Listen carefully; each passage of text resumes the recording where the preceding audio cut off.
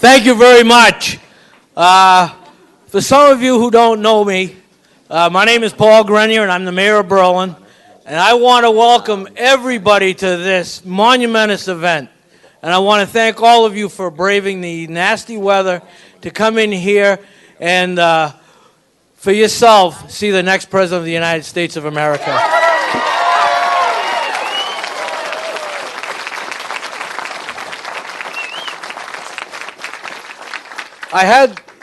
Hillary's staff gave me this little canned sheet that I was supposed to read off of, so I'm going to save it. The only thing I can tell you is, of all the people running for president of this country, there is only one candidate that's going to look out for our interests, and that's Hillary.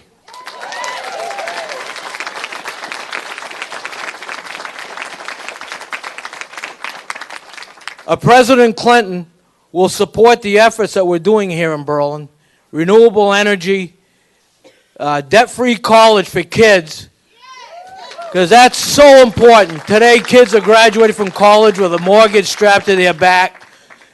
Middle-class families need help. And we're not asking for a handout. We're asking for a step up. And President Clinton will provide that step up. So without further ado, please give a warm Berlin welcome for President Clinton.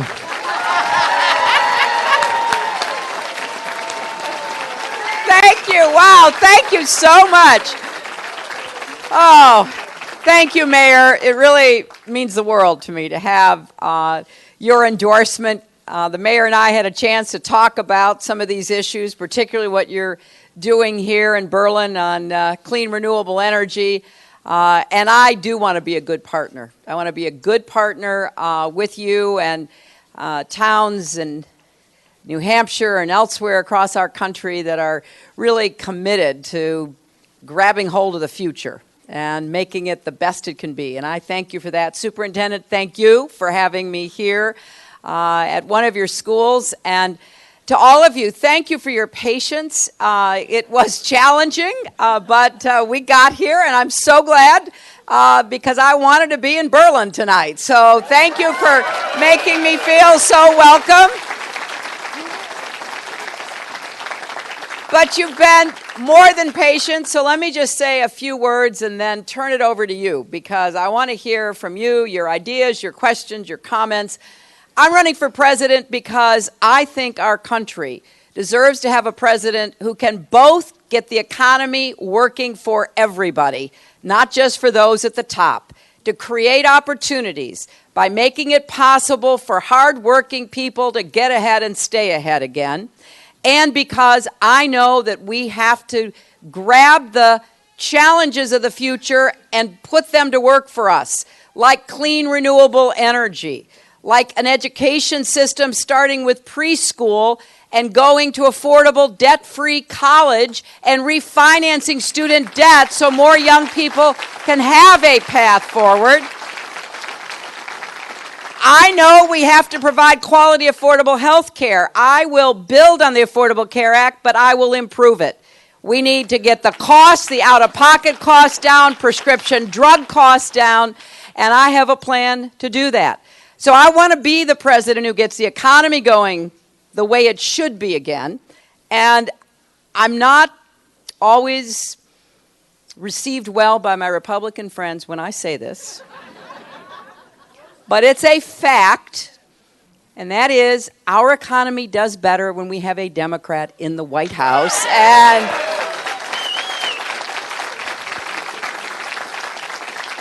I know what it's going to take to get new good-paying jobs through infrastructure, advanced manufacturing, clean energy. I know what it's going to take to raise the minimum wage, because people who work full-time should not end up in poverty. Work should be rewarded. There should be ladders of opportunity.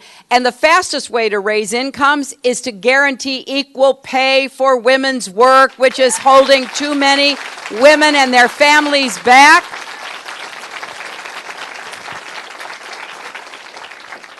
And I will also do everything in my power to keep us safe. I have some very strong feelings about this. I've laid out my plan in a number of speeches over the last 2 months.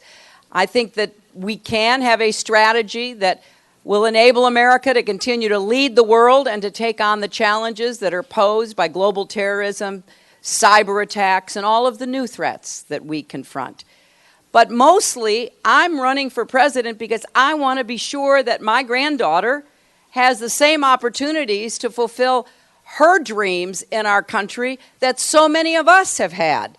I take that really seriously, not only as a grandmother, but as a potential president. Because for me, that's what it comes down to. You know, we need to deliver on the American dream, take on those forces that are perverting our economy and our tax system to their advantage, take on those forces that are buying elections and using Citizens United to drive a huge hole through the kind of protections we should have in our electoral system to prevent people from taking advantage of it. Take on those forces who are against workers' rights and labor rights, because when it comes down to it, people deserve to get paid fairly for a full day's work. And we're going to do everything we can to reinstate that. We're also going to fight for our basic rights, our human rights, our civil rights, women's rights, gay rights, worker rights, voter rights, because we can't allow the Republicans to rip away the progress that we've made and send us backward again. And that's exactly what each and every one of them have promised to do. So we have a big agenda, but I'm excited about it. You see, I happen to think America is great. And if we work together, we will be greater, because we will put in the effort and make the hard choices to develop that kind of future for all of our folks. So on January 20th, 2017, somebody is going to raise a hand and get sworn in as our next president, and then walk into the White House and face all of the challenges that will be there. I know my name will be on the ballot in the primary, but I really believe that I'm running to represent all of you. And I feel especially strongly, as the mayor said, in making sure no part of our country is left out or left behind. So I will do whatever I can as your partner, as your president, to work with you to create those opportunities that you and your children and the students of this school deserve. So let's make this happen. I need your help. I need your support. I feel like this election will be a make or break election. It will be so consequential. President Obama had to dig us out of a huge hole left to him by his predecessor. Thank goodness he did. But we're not yet running the way we need to, because now we have to stand and work together. I will go anywhere to find common ground with anybody, but I will also stand my ground for you. So when I think about the future, I think about what we can do together. And hopefully, once the election is over, and the parties are finally no longer running negative ads and pointing fingers and scapegoating people, we can come together as Americans and do what we do better than anybody in the world. Roll up our sleeves and solve our problems together. That's what I promise you, and that's why I hope I can win your support. Thank you all very much.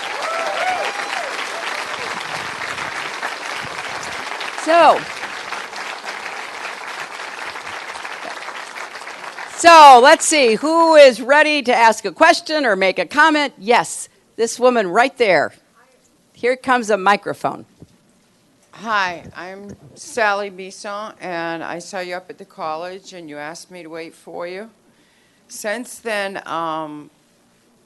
the medication I was on, that I went out of remission from, has been, it can't come into the state of New Hampshire anymore, and they put me on Plaquenil, and Plaquenil is on, if you look on TV, they're being sued because it caused clots, and it can cause CVAs and strokes.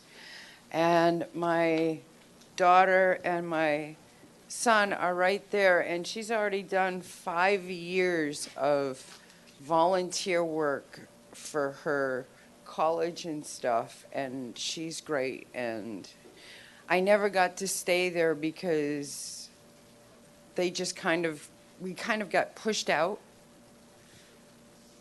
And so I just wanted to let you know that you have our vote, and hoping that you can help me. Well, see this young man standing right there? Will you go talk to him right now? Don't wait. Go talk to him right this minute, okay? And I'm not sure if there's anything we can do. I don't know about New Hampshire's rules about drugs or anything. But if there's anything we can do, working with a member of Congress, your senator, Jean Shaheen, anybody, we will do it. We'll do our very best to help you. And also, I remember you bragging about your daughter. And I love that because I brag about my daughter. And also, yeah, well, I know your daughter's really embarrassed right now. And that is the kind of thing that mothers do to their children, so I take responsibility for that. But we will also follow up to see if there's anything we can think of. You okay? But I want to say something about one of the points she just made. You know, when people say, "Well, how are we going to get the cost of prescription drugs down?" Well, I have a set of proposals. Number one, we're going to require them to negotiate for lower prices like they have to do in every other advanced economy in the world. And it is beyond maddening that we, American taxpayers, pay for the National Institutes of Health, and I'm glad we do. They're the greatest health research institutions in the world.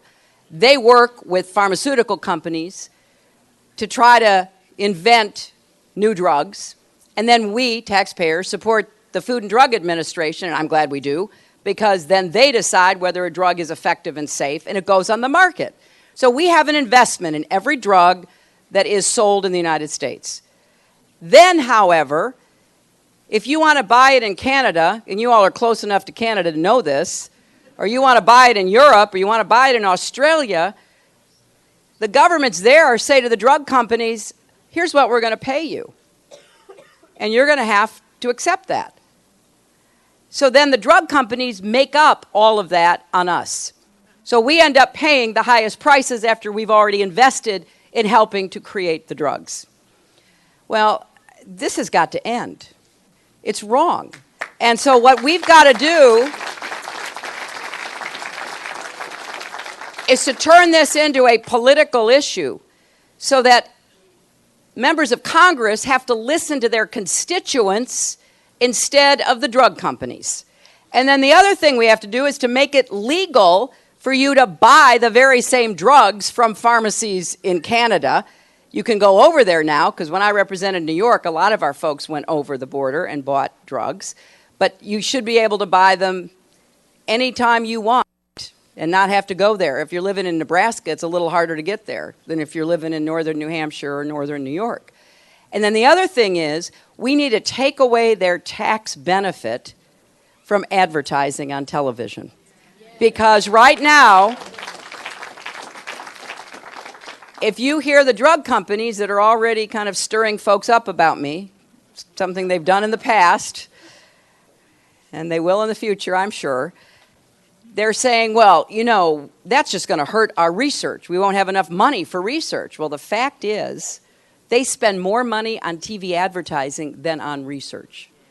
So I'm going to make it easier for them to spend more money on research by taking away their tax benefit from advertising. If they want to advertise them, let them do it on their own dollar.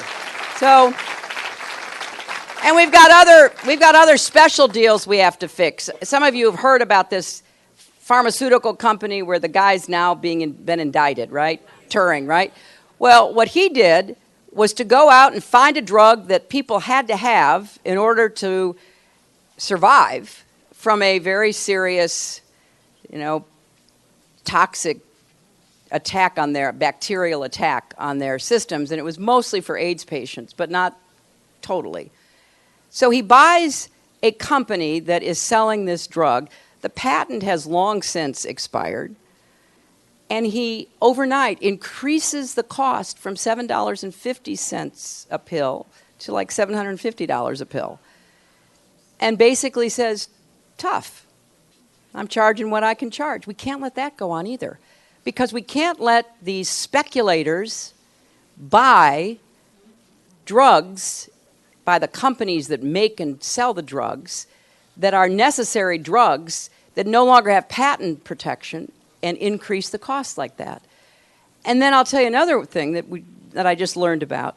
There's a new drug to cure hepatitis C. Anybody know people with hepatitis C? I mean, it's incurable.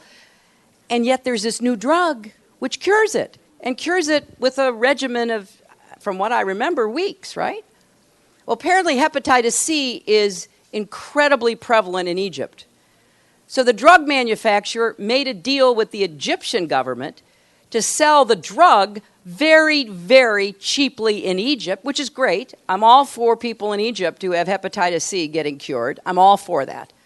But the drug is so expensive that a lot of states can't afford it in Medicaid, and a lot of private insurance companies can't afford it. So here we are, once again, a company that came up with a great life-saving curative drug that we had something to do with, and they're willing to sell it at a really cheap price nearly anywhere else but here. We can't let that go on. So I don't know the story behind the questioner's particular drug, but I know that there are so many problems with the way drugs are being priced now, and the cost is going up, and it is no longer sustainable, and we've got to take this on as a major political challenge. So we're going to do this together.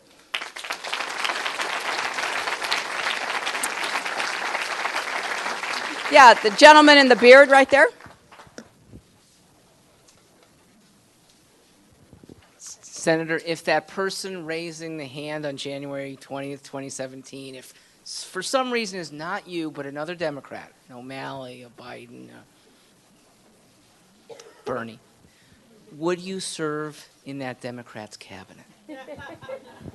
Well, let's not put any carts before any horses. I'll tell you, obviously, I served the last time. And I have to say, I was very, very surprised when I was asked to serve. First of all, I do think I'm going to be raising my hand with your help on the Capitol steps on January 20th, 2017. But I'll tell you what it was like when I was asked. I mean, some of you may remember we ran a really hard campaign for a very long time, President Obama and me, and it went all the way to the finish line. He won, I lost, and I immediately said, okay, I'm going to support you, I'm going to work for you, because I have much more in common with any of the Democrats that I'm running against than with any of the Republicans. And so I said, I'll do whatever I can, and we came to Unity, New Hampshire. Some of you might remember. He and I split the vote evenly during the primary back in 2008. So we came here to have a big event to kick off my support for him, and I worked very, very hard, spoke for him at the convention, and was incredibly happy and relieved when he was elected. I thought I'd be in the Senate. That's what I thought I'd be doing. And so when he called me the Sunday after the election and asked me to come to Chicago, I did not really know why. I thought maybe he wants to talk about his Senate agenda, maybe there's something that I can do to help him there. So when I got there, I was really quite taken aback when he said, I want you to be Secretary of State. And I said, well, there's so many other people. And I started giving him names of people, experienced diplomats, people who, had done a lot of this work before. He said, no. He said, I've thought about it a long time. I'm absolutely certain I want you to be. And I said, Mr. President-elect, I'm very flattered, but I really want to be in the Senate where I will help you. He said, no, I want you to do this. I said, well, that's very nice. He said, no, go home and think about it. So I went home and I thought about it. And I called him back and I said, I've thought about it. And again, I'm so honored, but I really think I should be back in the Senate because I love serving New York and I would love helping you with your agenda. He said, I told you, I don't want to hear from you until you say yes. So, I told my husband, I said, he's asked me twice. I've told him no twice. And he keeps saying, I don't want to talk to you until you say yes. And Bill says to me, well, I asked you to marry me twice, and you said no twice. I said, well, yeah, I do remember that. So I stayed up all night. And here's what I thought. I thought, suppose I had won, and suppose I had wanted him, with all of his talent, to be in my cabinet. Because I looked at where we were in the world. Remember, we were in the worst financial crisis since the Great Depression, and we had a lot of problems around the world. Hundreds of thousands of American troops overseas. Our alliances were frayed. Iran was on the fast track to a nuclear weapon. There were a lot of problems. And I would have wanted him to say yes. And that's why I called him the next day and told him yes. And I have to tell you, it was a great decision. I'm very gratefully asked and happy that I agreed. But what was so significant about it was from the first trip I took as your Secretary of State, which was to Asia, to the very last one, the most common question I was asked, because people all over the world follow our elections so closely, was, you ran against him, he ran against you, it was a really hard campaign. He won, you lost, how did you end up being his Secretary of State? And I said, you're right. That's exactly what happened. And I'll tell you, he asked me, and I said yes for the same reason. We both love our country. And I have to tell you, watching faces of young people, particularly in Indonesia, in Korea, in Cambodia, and all these places where I would be asked this question, was so moving to me, because they're all trying to figure out democracy. It doesn't really make a lot of sense. They're not quite sure how it works. And this is how they personalized it. And, in their countries, you run against somebody or you challenge somebody, you could end up going to prison or be exiled, not asked to be Secretary of State. So I don't know what I would do. I would hope that whoever I ask as president to be in my cabinet will say yes. So that's my answer. Yes, back there. Here comes a microphone.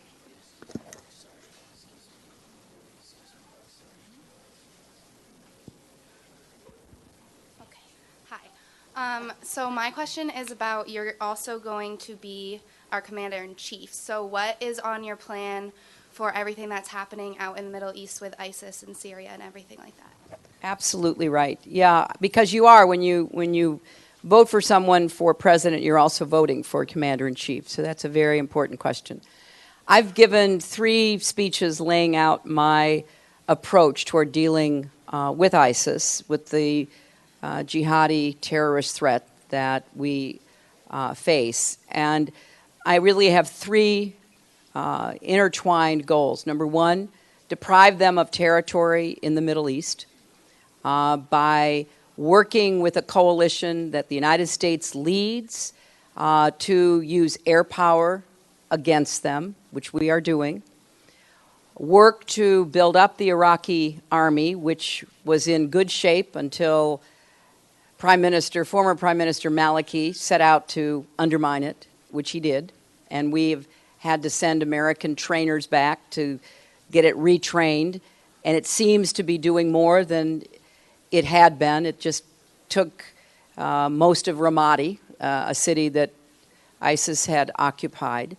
Work with the Sunni tribes in Anbar province, which borders Syria, to get them into fighting ISIS through militias that are controlled by tribal sheikhs.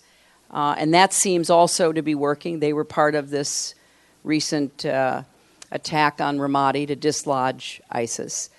Work to support and equip the Kurds on both Syria and Iraq, who have proven to be good fighters and willing to take on ISIS.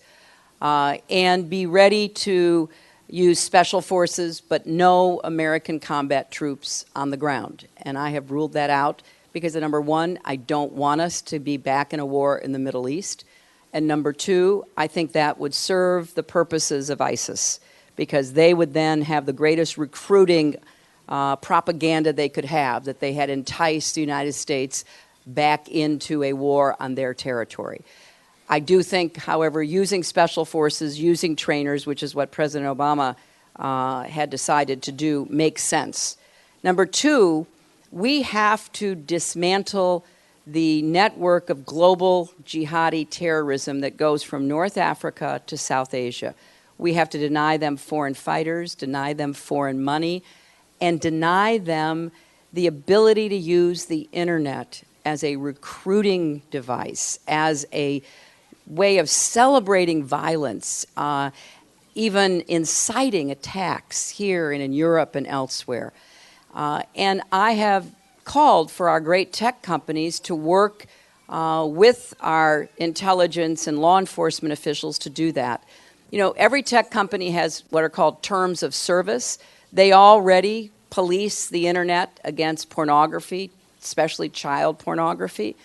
And they have begun over the last months to go after ISIS, taking down terrible, violent displays, beheadings and the like off of YouTube, shutting down Twitter accounts, which they use to communicate and agitate, taking posts off of Facebook, because we have to stay ahead of them. They are really sophisticated in the way that they use the internet, and we've got to be able to, shut them down insofar as it's possible, but in accordance with, obviously, the privacy and First Amendment rights that we hold dear.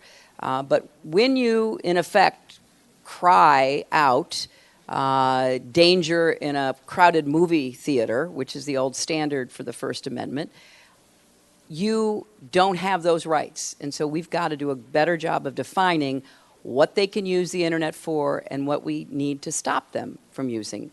And number three, we have to do as good a job as we can keeping ourselves safe and working to keep our friends and our allies safe as well.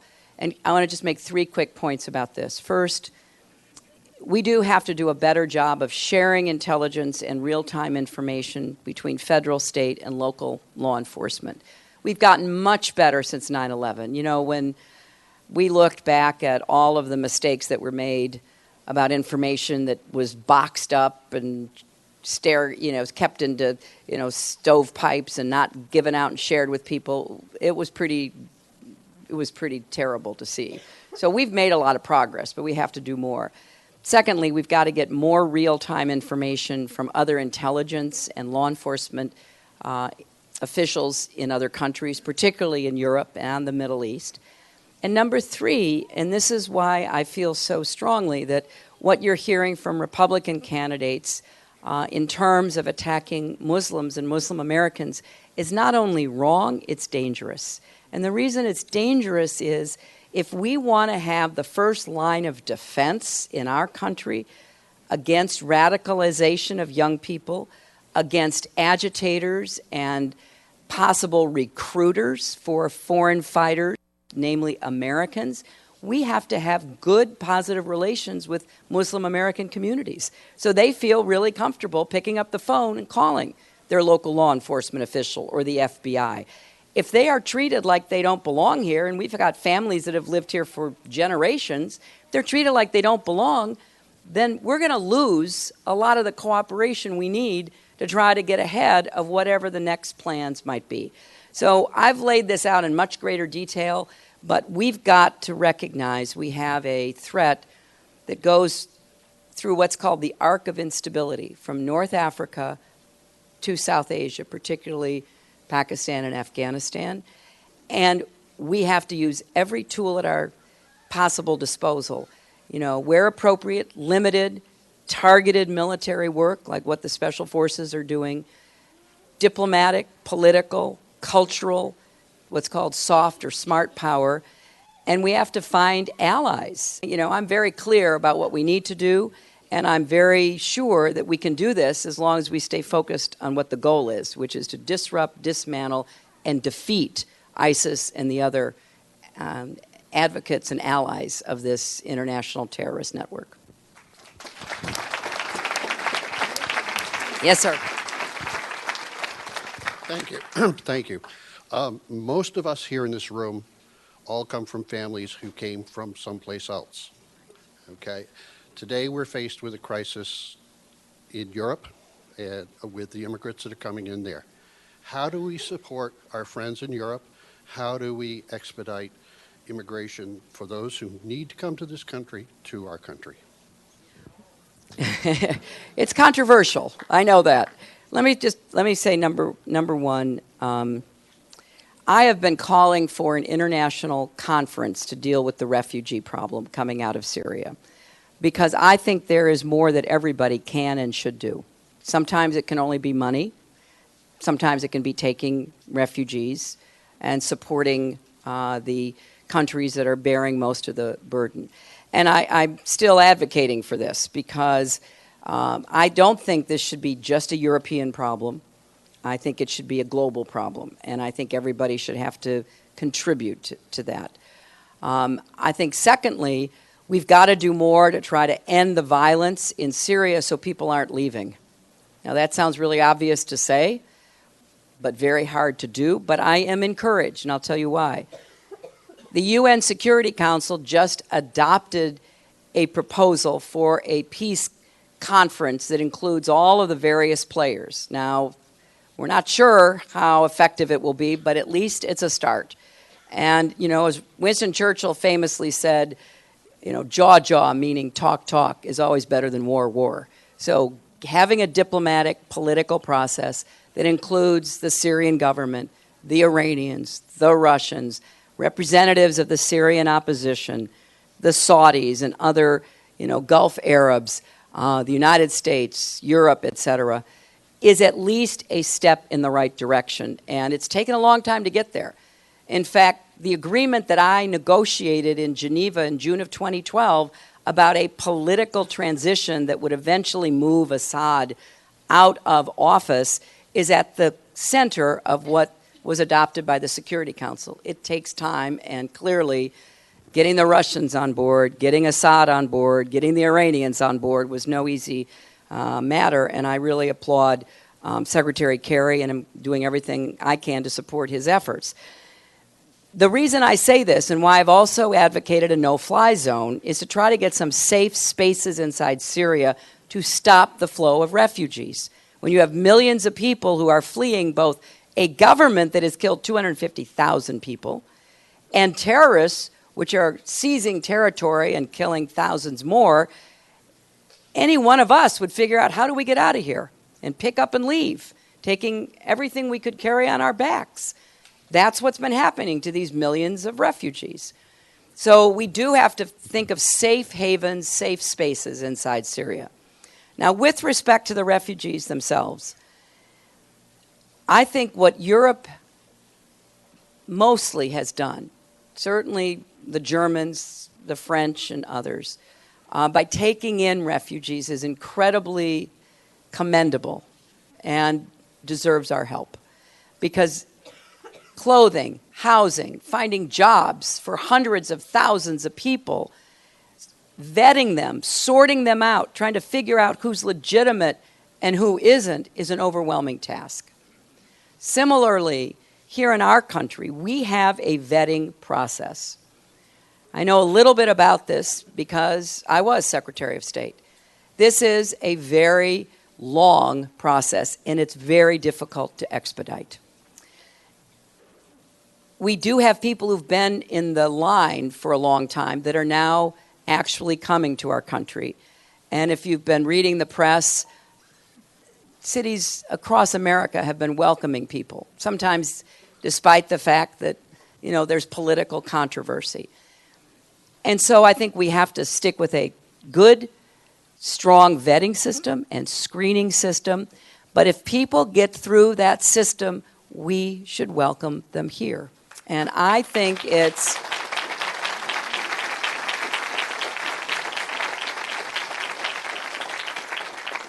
fascinating to watch what's going on in your neighbor to the north with the new prime minister. Now, a lot of those people have been in the line a long time. So they've already gone through the UN vetting and whatever other refugee vetting they have to do. But Canada has said, yes, we will take refugees. So I think we have to be smart about this, vet people, screen people, certainly be careful, but not close our doors. I think that's a mistake. And I think it's also a mistake to say, as some on the other side have said, no Muslims can come to the United States. That is not only never going to happen, but it's also a terrible signal that someone or more than one running for president of the United States would say that about a huge religion. And that in turn increases alienation and disaffection among people toward us. And I don't think that's smart. So I think that this is a difficult, complicated issue. But we have successfully absorbed refugees for many, many years. And done right, I think we can continue to do that. And that's where I hope we will go.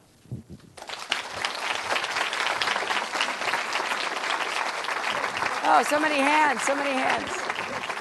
How about the gentleman way back in the red? I don't want to leave the people in the back out. Okay, pass it to your son. Okay, that's a deal. Hi, thank you. You mentioned the Citizens United case and the damaging effects of money in politics today. I was wondering at your specific ideas for fixing our current really broken campaign finance laws. Yes, well, I think the most important thing to do is to reverse Citizens United, and then I'll get to anything else in a minute. And one of the most important set of decisions that the next president will have are Supreme Court appointments, right? And it's possible that there may be 2, some people think maybe 3 Supreme Court decisions. So I would certainly appoint people who I thought would reverse Citizens United, because I think it's a wrong decision, number one. I think it's not only wrong, it's almost beyond belief naive. I mean, let's give them credit for their decision. Let's just posit that maybe they really believe that they can give a total open door to billionaires and corporations, and that somehow full disclosure will help to mitigate that. Well, it's proven to be absolutely wrong. And so I think we've got to try to reverse it legally. But also, if that doesn't work, I agree with former retired Justice John Paul Stevens. And if you're interested in this, you should look up he published a book. He's in his 90s. He's just a brilliant thinker. He published a book recently about some of the decisions he disagreed with. It was quite a good read. One of them was Citizens United. And he concluded that we would have to have a constitutional amendment to undo its fundamental premise, which is money is speech. I disagree with that. But I also have a high regard for former Justice Stevens. So I would lead an effort to amend the Constitution to reinstate congressional authority over campaign finance, number one. Number two, I think these phony nonprofits that are being used, where you have no idea who's giving the money, are a plague. And we have to do everything we can to change the legal rules to force full disclosure, even if we can't do away with them yet. I saw a figure the other day that in the 2014 election, it was a midterm election, so a lot of people weren't as focused as I wish they had been, because a lot of good people were turned out and the Republicans took the Senate. But in that election, 1/3 of all the money that was contributed was dark money. We have no idea where it came from. I mean, goodness, it could come from anybody, anywhere in the world, and we wouldn't know. And so when people talk about the things we have to grab hold of and change to really get our country once again working for everybody and not just those on top, campaign finance is way up there on my list. And I talk about it a lot. So I would also try to push through more public financing. I would like to see more people able to run for office and have matching funds that would be, given to them for doing that. Some states and some cities have programs like this, but I'd like to get back to the federal program. But I don't think we can achieve what we need to achieve unless we tackle Citizens United head on, and that's what I will do. So many. What about this young man right here? The thing I want to talk about was I had Medicare insurance, and I went to this Massachusetts allergy test person, and they wouldn't take it. Is there any way that you would do something about it? So you have Medicaid. What? New Hampshire Medicaid. And so Massachusetts wouldn't take it. I'll have to look into that. You are literally the first person who's ever asked me that. And you know what? I want you to be sure we get your name and address. I'll look into that. I don't know the answer to it. It does seem to me that probably, every state has different Medicaid rules. And so what might be covered in one state doesn't necessarily have to be covered in the other state. So we'll look into that for you, and we will try to get an answer to you. Did you ever get the help you needed? No. No. You're going to get it done here? Yeah. Is it allergies, you think? Yeah, allergies, shellfish allergies. Shellfish. Oh, that's dangerous, isn't it? Yeah. Okay, well, one of my folks will come talk to you because I want to know the answer. I don't know the answer, but I want to know the answer. So thank you for asking me. Thank you. Yeah, do you want to add something? Yeah, I have a question. I'm on Social Security disability. I'm also a disabled American vet. I would like to go back to work full time, but because I'm on disability, it makes it very hard to go back to work because the money comes in monthly, and plus I have the Medicare. I'll be willing to pay an extra penalty at the end of the year if I come back to work full time and still keep my Social Security coming in. Is there anything that can be done about that? Well, good for you. I think we've got to take a hard look at these rules because there are a lot of people, both civilian and VA related, who are on disability, who are drawing disability payments, some from the VA, some from Social Security. And we've got rules so that you can't work at all, basically. And that makes no sense to me. If you can get a full-time job, which is what you say you're looking for, but it is not enough to cover your meds or cover whatever else. Some people have other medical problems that they need taken care of. We ought to have a sliding scale that enables you to go back to work. I want people to work. I believe in work. I think work is the best social program there is. People should be able to work and work as hard as they can. But your problem in a different way affects a lot of young people I meet who are working really hard, and they're eligible for child care benefits. But if they get a $100 raise, they lose their benefits. And so they stay in a job that is not as high as they could go, because if they go up that $100, it doesn't in any way cover the loss of the benefit to take care of their kids. We have a lot of these weird, wacko rules that really don't make sense to me. So I'm going to try to do what I can, because I want you to be able to work, but I also want you to be able to get what you have earned in terms of disability to be able to help you. So on some kind of a sliding scale, rather than an abrupt cutoff, we need to be looking at that. So, yeah, and you'd be willing to pay, but maybe you wouldn't have to pay if you could get lesser disability but still get it and work. And that seems to me to make more sense. Yeah, okay, great. So many hands, my gosh. I am, yes, this lady in pink. Okay?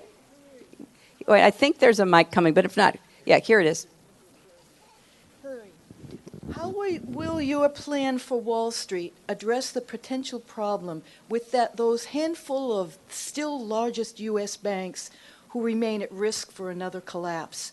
Since the demise of the Glass-Steagall protections and the subsequent gutting of Dodd-Frank by the Republicans, the banks have continued to grow and get even larger than they were in 2008 and 9, and then they went crying to the federal government to bail them out. What do you think about this problem? Do you acknowledge this risk? And if so, do you have a plan to prevent another disaster? If so, what is that plan? And part B to this, how to get it through the two houses so it comes out recognizable. Great. Well, that is, as I'm sure you know, that is one of the differences between me and my two Democratic opponents. Not over the fact that we have to rein in the big banks, but over the fact that I don't think their proposal goes far enough. They both advocate reinstating Glass-Steagall. Glass-Steagall would not do anything about some of the worst abuses that caused our collapse. For example, Lehman Brothers. Lehman Brothers goes bankrupt. That was one of the real cascading events. Not a big bank, wouldn't be covered by Glass-Steagall. AIG, the giant insurance company, goes belly up, not covered by Glass-Steagall. So here's what I have recommended, and you can go to my website, hillaryclinton.com. I have said we need a modern solution to the problems we face from Wall Street. And yes, the banks have to be part of it, and I've been very clear.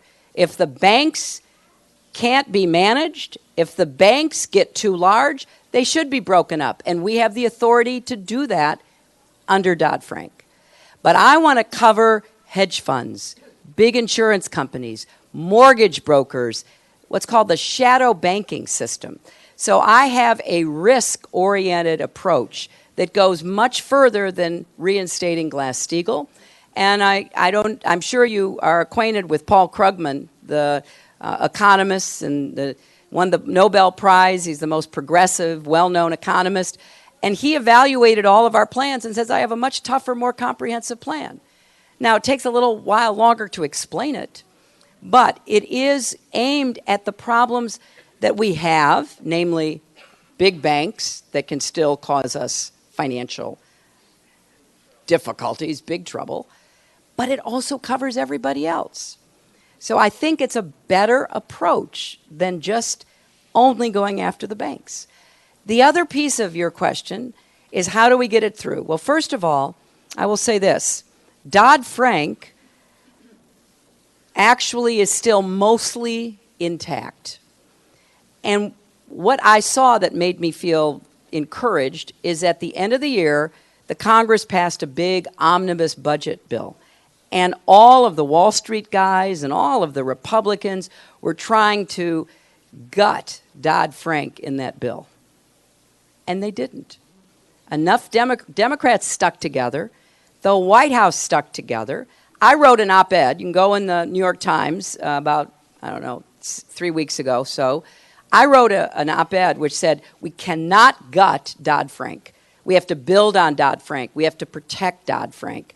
It's one of the reasons why I'm so proud that, Barney Frank is supporting me, because I've talked with him about what we need to do to protect it, how we need to make it stronger, and what we need to do next to accomplish my larger goal. And I will say this. I think if we are lucky in this election, we'll elect a Democratic Senate again, which will give me some leverage and some way to get some of this passed. And then it's good old, politics. And it worked this past time. They weren't able to gut Dodd-Frank, so I'm hoping that if we hold firm and we say this is what we are going to demand, we'll be able to make some progress. So it's going to be challenging because we got to change the tax system to tax the wealthy and the corporations to pay their fair share. We have to go after all these deductions and all of these games that they play, which are endless. And we have to implement Dodd-Frank. But I think it's doable. And that's why I've put forth a plan that I think will actually get the job done. Thanks. Yes, right there.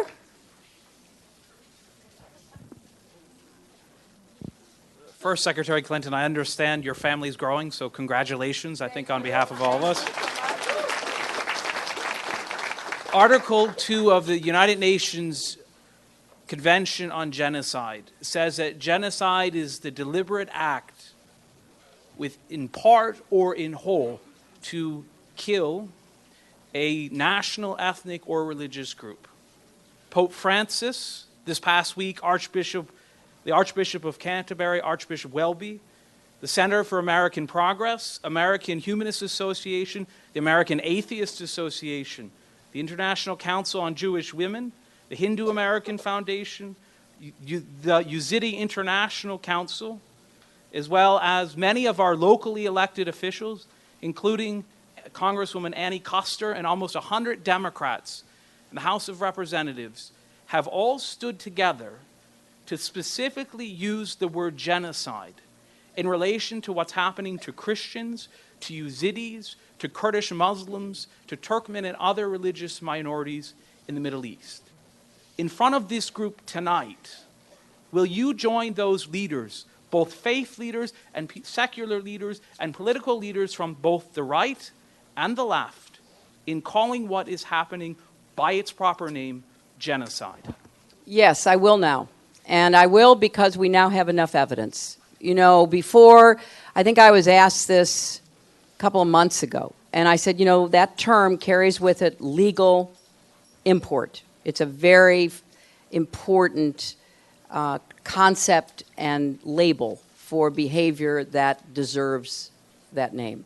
And I said, we are only at the beginning of seeing this, and I'm not sure yet we have enough evidence. I am sure now we have enough evidence. What is happening is genocide, deliberately aimed at destroying not only the lives, but wiping out the existence of Christians and other religious minorities in the Middle East in territory controlled by ISIS. And so I agree with you.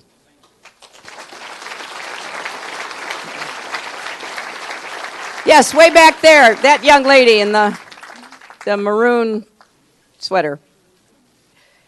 Yes, I'm getting the signal. Yes. I, as probably a lot of other you in the crowd, I'm in the middle of the college process and nearing the end. And a huge barrier for my family is financial aid, and that I will receive so I don't have to have crushing student loans after college. I want to be able to go to a good college, and I'm probably going to end up having to take a lot of money out to do that. When I graduate, I'm worried about being able to get a job and support myself after college without having to move back in with my parents, even like you're not bad, but I'm just wondering your thoughts about all of that. Well, first of all, I hope that you find a way, if that's what you want to do, to go forward with your education. And you made an excellent presentation of what is a really common problem.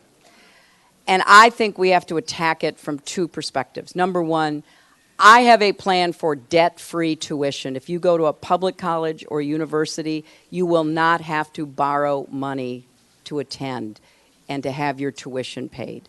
Because we've gotten to a point where we have priced college beyond the reach of a lot of hardworking, middle-class, working families, poor kids who want to get there. We've made it impossible. And the amount of debt that students are coming out with is a crippling burden on so many of them.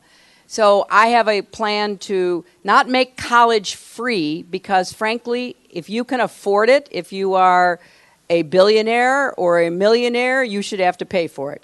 But if you're a average, hardworking, typical American family, you ought to be able to get debt-free. You don't have to borrow. But I do have some, I have what I call a compact about how we do this. So I have some ideas about this. I want the federal government to work with states to reinvest more money in higher education. States used to do that, but they have diverted a lot of money into prisons, for example. And they need to start reinvesting in higher ed. I want universities and colleges to take a hard look about how to get their costs down. Put the money into supporting teachers and curriculum and students on campus. And some colleges and universities can do a better job and get their own costs lower. I want students to work 10 hours a week for debt-free tuition.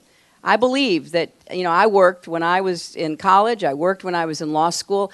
I do think you value something more if you have to work for it. So it's not free. You got to work for it. And I think that's an important part of my overall plan. I want to reward more national service. So if you were to take a year off, for example, to go do City Year or the National Service Corporation, or if you're in the military and you do your service and you come out, I want you to have as free a choice as you can make about where you go and what you study, and to get more credit toward that. I want to take Pell Grants, which right now are used for tuition, and enable people to use them for living expenses. I want more programs to support young people who face financial difficulties because, you know, they don't have the funds they need to be able to live on campus. You know, sometimes these room and board and meal plans are too expensive for kids to afford. So I have a really comprehensive approach about how to do that. And then on the other end, I want to make it possible for everybody to refinance their student debt. If you can refinance a mortgage, refinance a car payment, you ought to be able to refinance your student debt. And I think we can get young people to save thousands of dollars. Because right now, we haven't had interest rates at all, basically, for the last 7, 8 years, right? And yet people are paying 6, 7, 8, 9, 10% interest on their student loans. And the government is making money off of lending to students. I want to end that. I think it should be an investment by the government, and it should be in a rollover fund that keeps going out to students. So I think we can do a lot to get the cost down and then to get a lot of savings for those who already have debt. So I don't want any student, you know, a student said to me in Nevada, said, you know, the hardest part about going to college shouldn't be trying to figure out how to pay for it every semester. But it is for so many families. And I don't know if you've yet had to fill out one of those financial aid forms, the FAFSA form.